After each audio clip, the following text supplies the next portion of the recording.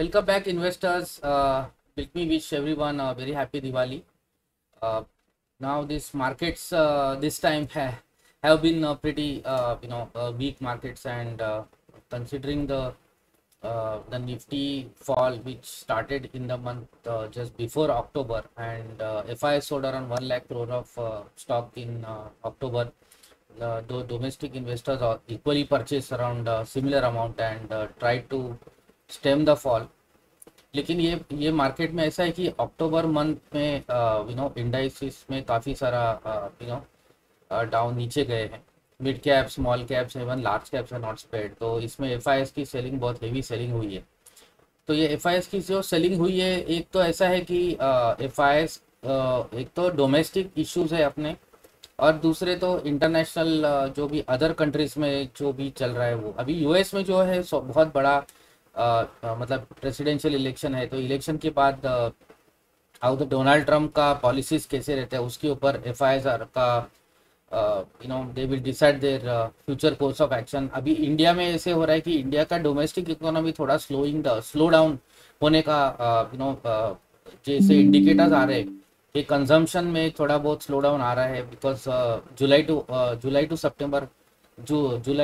सितंबर के मंथ के quarterly results pretty week थे। काफ़ी सारे बैंक्स में, एमएफआई में बहुत सारा स्ट्रेस हुआ है। कोटक बैंक है, आपका आईडीएफसी फर्स्ट बैंक में, या तो इंडसइंड बैंक में, माइक्रो फाइनेंस में काफ़ी सारा स्ट्रेस दिख रहा है, और एसेट क्वालिटी वहाँ पे डिटेरियोरेट हो रही है। आपके एनपीएस बढ़ रहे हैं वहाँ पे। टू व्हीलर्स में, इंडसइंड के टू व्हीलर्स में 8% एनपीए हुए हैं। तो ये बैंक्स की जो हालत है ना, ये कोई कोई बैंक्स के रिजल्ट्स थोड़े बहुत अच्छा है, like ICICI bank, Axis bank, they are given good result, like Federal bank. लेकिन कुछ खास ऐसे तोड़फोड़ रिजल्ट नहीं है जिससे निफ्टी में काफी सारा 10-15-20% का जंप आएगा। कि ऐसे है कि these numbers are okay for stock prices to sustain at current level post fall. तो इसमें ऐसा है कि अभी जो बड़ा ट्रिगर है जो बैंक्स में ऐसे हो रहा है कि स्ट्रेस जो आ रहा है वो माइक्रो फाइनेंस से आ रहा है, बड़ा स्ट्रेस। और ओवरऑल इकोनॉमी में लास्ट क्वार्टर में काफी सारा फ्लड्स हुए थे, उसके पहले हीट वेव था इन समर मंथ। तो ये people trying to postpone their buying.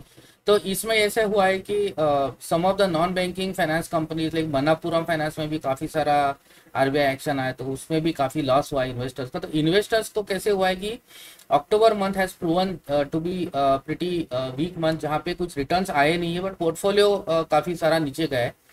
लेकिन कंसिडरिंग द लॉन्गर टर्म, अगर कोई 3 साल 5 साल का व्यू से देख रहा है, तो ये सब चीज़ ही एक तो इक्विटी मार्केट में ऐसा है कि नो पेन नो गेन। ये आपको अगर if you want to invest equity market, you have to go through the pain, okay, so that you get gains in later quarters. तो ये पेन में से जाना ही पड़ता है। जैसे some quarters are weak quarters, some quarters will be better quarters, तो ये सब चलते वाला है। तो otherwise like gold is doing pretty well. Gold में काफ़ी सारा ऑल टाइम हाई आया है। लास्ट वीक में आप last few days, couple of days में आप देखोगे तो आईटी सेक्टर में काफ़ी सारा क्रैश आया है। तो आईटी में ऐसा है कि अभी डोनाल्ड ट्रम्प जो आएगा उसमें how he is going to have all these policies which are favouring US corporation.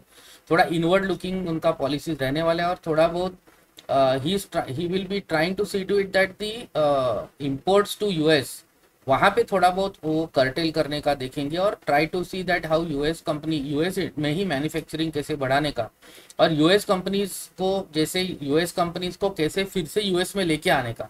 तो there he is going to focus more on, plus he might focus more on trying to reduce the geopolitical events। so इसमें Iran और Israel का जो war है, China और Taiwan का थोड़ा बहुत टसल चल रहा है, तो और रशिया और यूक्रेन का भी चल रहा है। तो Donald Trump, if he comes to power, then he might try to push more US economy, US companies को काफ़ी he will give some socks to so that the international जो कंपनीज है उनको इम्पैक्ट हो सकता है। तो अभी आईटी सेक्टर में ऐसा ही हुआ है कि आईटी में काफ़ी सारा टीसीएस, इन्फोसिस काफ़ी नीचे गए, सडनली नीचे गए। तो देयर वाज एक तो आपका कैपजेमिनी का जो गाइडेंस दिया उन्होंने, कैपजेमिनी के रिजल्ट्स काफ़ी वीक थे, और उन्होंने गाइडेंस भी काफ़ी वीक दिया है। तो ये इसके कारण ही आईटी सेक्टर में थोड़ा अभी लोगों को लग रहा है कि AI is not turning out to be a money spinner for IT. And IT में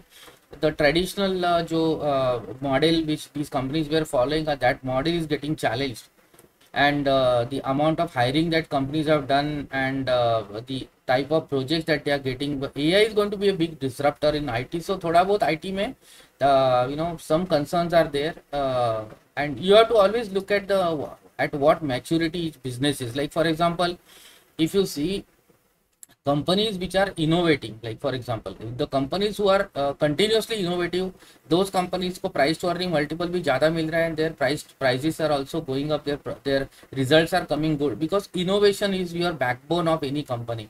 अगर आप बोलोगे कि नहीं मैं innovate नहीं करूँगा और ऐसे ही चलते रहेंगे, तो इसमें थोड़ा बहुत इश्यूज है। जैसे अभी गोल्ड ज्वेलरी कंपनीज है, जैसे टाइटन है आपका, कल्याण ज्वेलर, गोल्ड का प्राइसेस इतना ऊपर चला गया है कि आप when ever any person who wants to buy jewellery, उसका making charge will be a big component now, making charge plus GST, यही इतना बड़ा कंपोनेंट ज्वेलरी में रहेगा, तो गोल्ड का परसेंटेज कम हो रहा है ज्वेलरी में। तो ये सब चीज में कंज्यूमर बिहेवियर कैसे होता है, तो consumer behaviour, how that is going to change, or how these jewelry companies will innovate themselves, that is going to be the key future trends.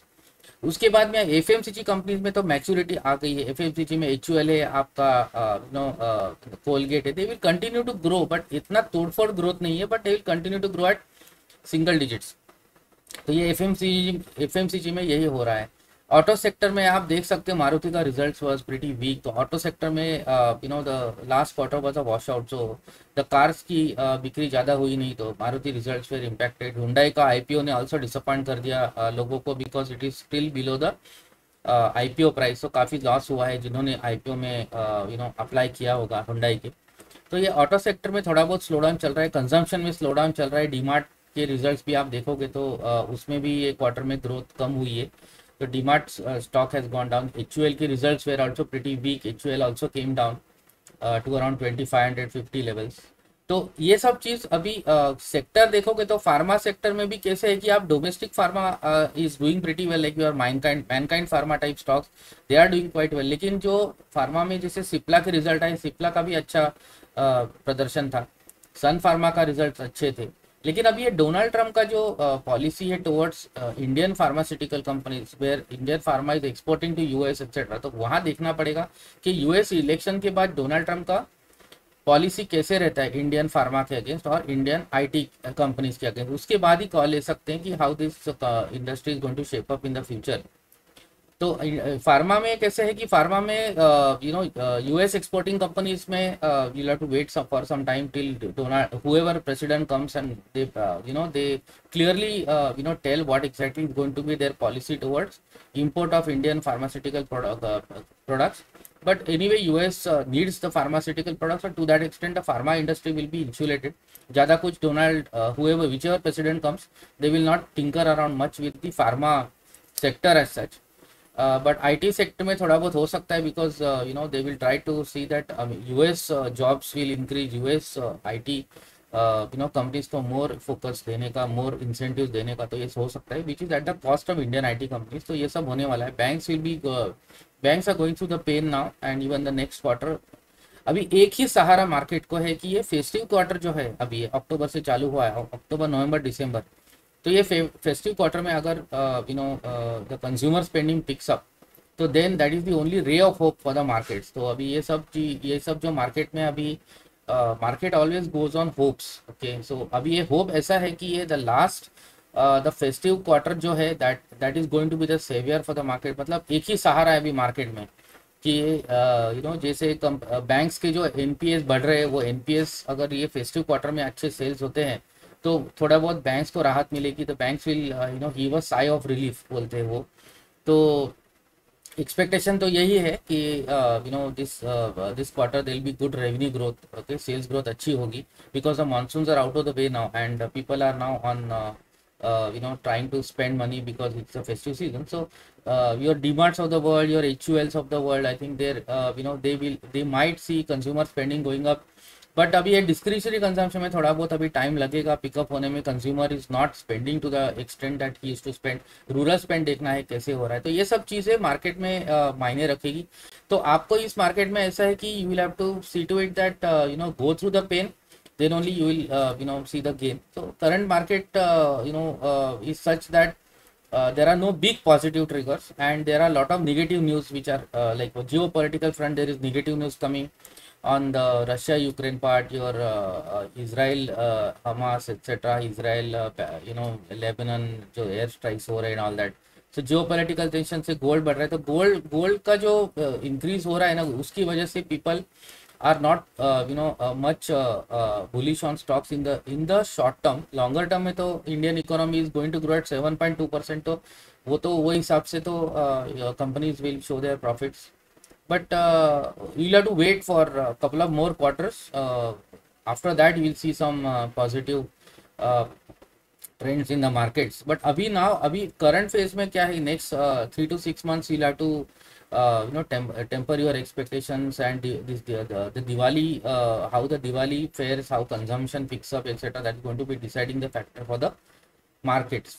So I hope you like the video. If you like the video, kindly click on the like button. Thank you.